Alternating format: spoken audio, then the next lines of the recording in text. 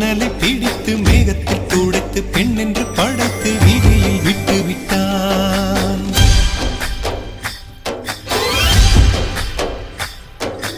இப்படி இன்னொரு பெண்மையை படைக்க தன்னிடம் கற்பனை தீர்ந்ததை எண்ணித்தான் பிரம்மனும் மூர்ச்சையுற்றான்.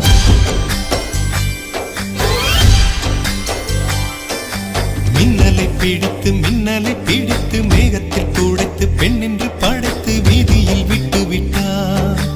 இப்படி இன்னொரு பெண்மையை படைக்க தன்னிடம் கற்பனை தீர்ந்த